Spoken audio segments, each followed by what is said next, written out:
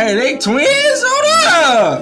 Okay. Bro, he look just like him. Like a little chubbier in the face.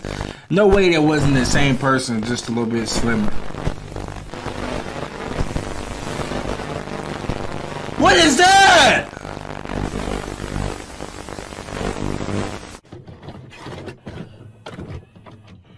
Yo, what is happening right now?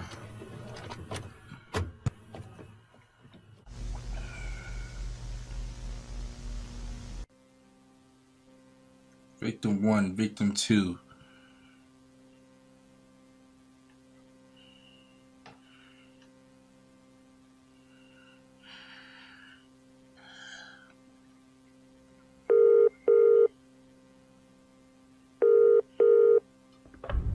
Hey, it's Caesar. I hope it's not too late.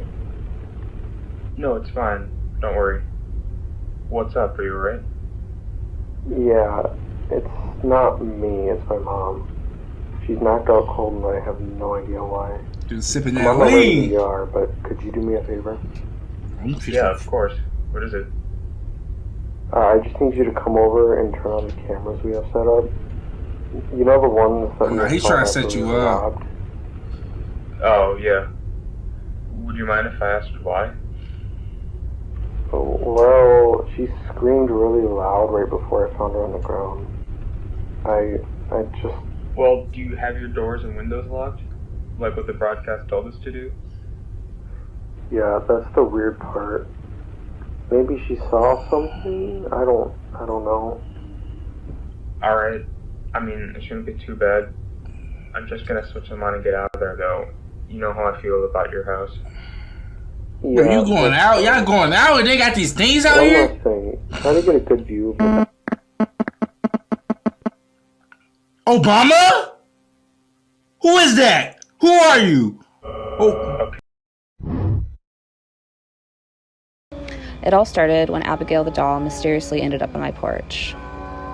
She moved on her own not once but twice, and as I've received many more unwanted gifts, it's gotten so much worse, and now things have taken a sinister turn. I finally have footage of whoever has been leaving these gifts. Street, and when Gemma opens it, there's a baby inside and a message on the flap: raise the child and be released.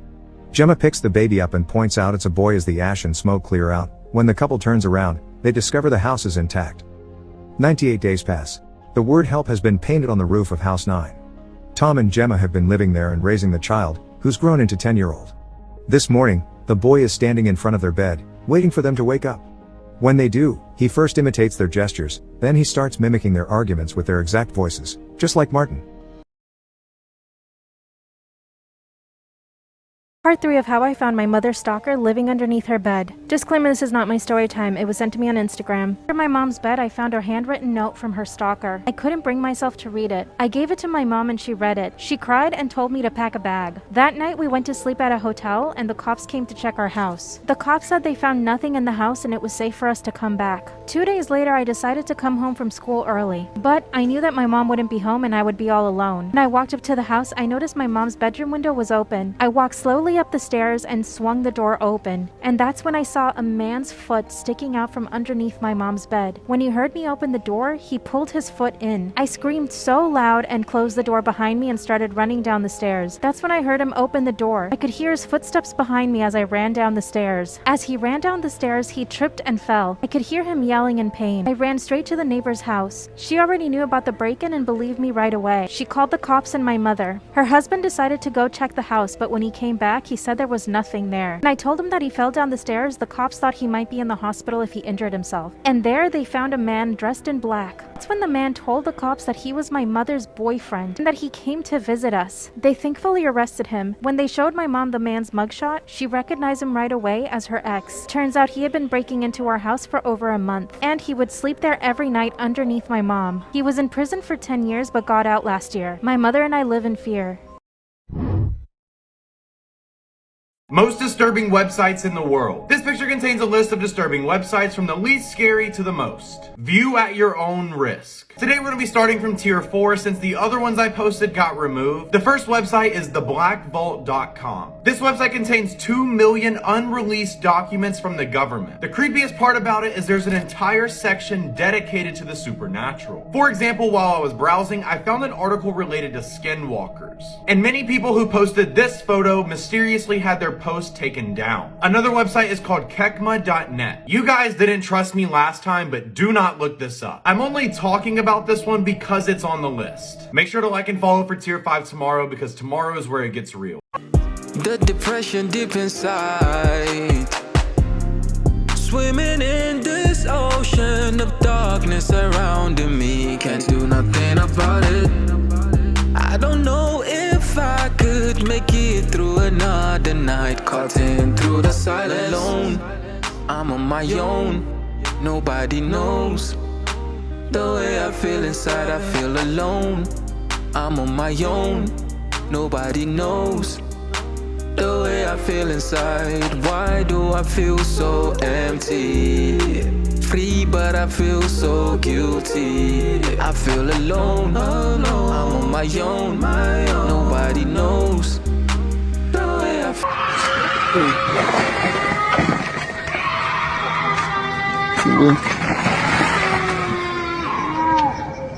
Это что такое, ребят? Daddy, daddy, daddy, hurry, I saw something scurry. Son, what's all this screaming for? You're gonna wake the neighbors next door. Daddy, I think there's a spider. Vampires are real. So are witches. And mark my words, eventually, zombies are gonna come about to play too. Werewolves are real. Halloween is all of those fuckers' favorite night. On Halloween night, never look out a window of an unlit porch. Do not, and I repeat, do not whistle anywhere at all, especially in your house on Halloween night. It calls to evil spirits and the D word. So no whistling. Put away all of your knives on Halloween. Hide them because family members that might try to come visit you could inadvertently accidentally hurt themselves. If you want wishes to come true, write them on a piece of paper on Halloween night. Fold that paper 6 times, once towards you, to the right, once towards you, to the right. And then take it outside with a white candle and burn it by that flame.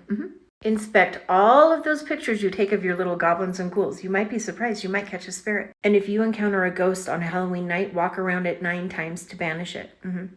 Do not go outside on Halloween night with wet hair. Spirits glom onto hair, and wet hair makes it that much easier.